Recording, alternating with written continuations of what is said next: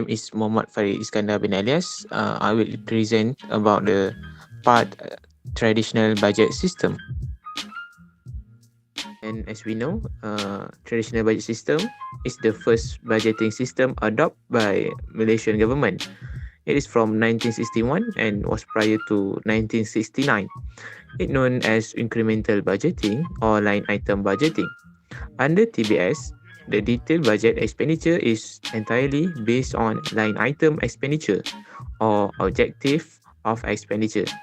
As we can see, this is the example of the traditional budget system, and then we call it as a budget allocation.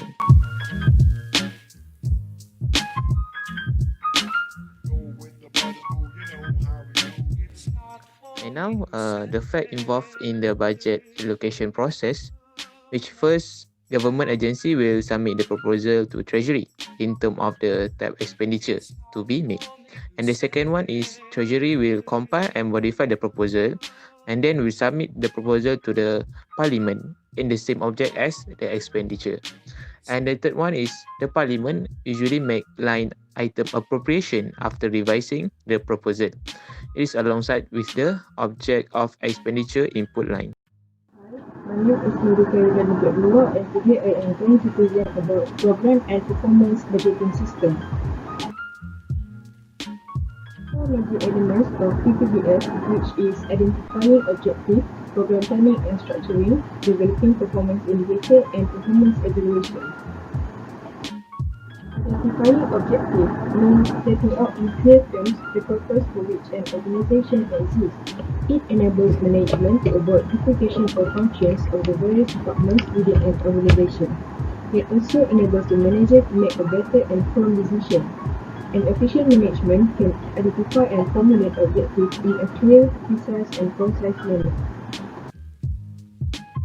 Program planning involves the selection of best feasible alternatives for the purpose of achieving identified objectives and reflecting it in terms of programs. Program structuring refers to the horizontal listing of programs, activities, and sub-activities which contribute to the achievement of objectives. The purpose of developing performance indicator is to evaluate financial and physical performance of the programs.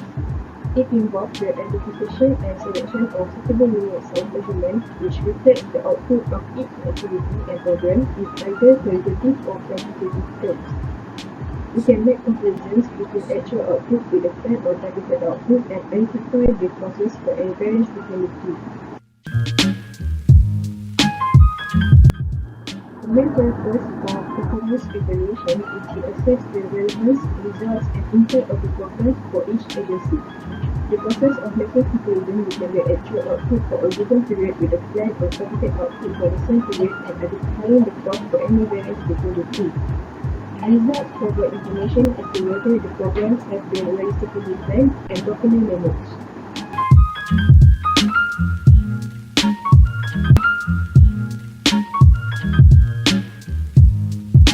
Hi, my name is Fatin Aqilah Binti Masrom. Today, I want to present to you about the modified budgeting system. This system was the modification to PPBS that was introduced in 1988 through TC number 11. It was implemented in 1990 through the issuance of TC number 8.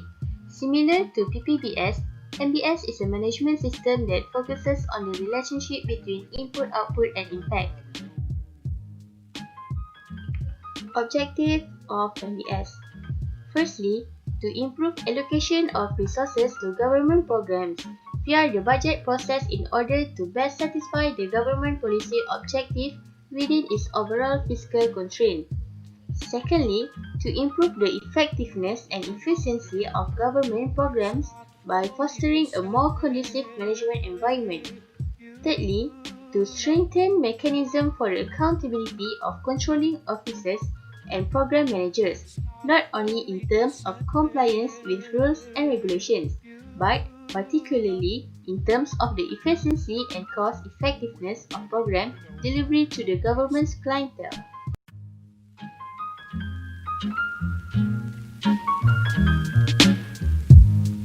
Expenditure target. When making proposal for new policy and one-off, The controlling officer should consider the following factors. Proposal for new policies have been approved by the Cabinet or Central Agency. The threshold value is deducted from the proposed expenditure for new policy or one-off. Efficiency dividend has to be submitted in line with cost savings principle through abolishment or reduction in scope of existing policy or process changes for new policy and one-off.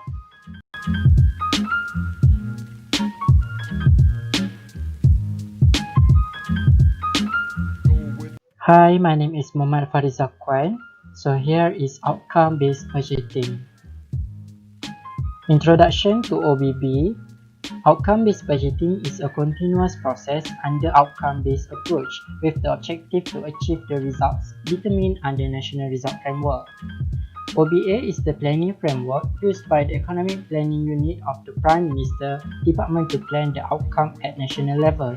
The Ministry of Finance issued Treasury Circular No. 2, year 2012, to introduce and give guidelines regarding the policy and implementation of OBB. It is a tool to allocate resources effectively and efficiently in order to achieve specific targets. It focuses on what the money buys and the outcome of the purchase. It's not for me to say you love.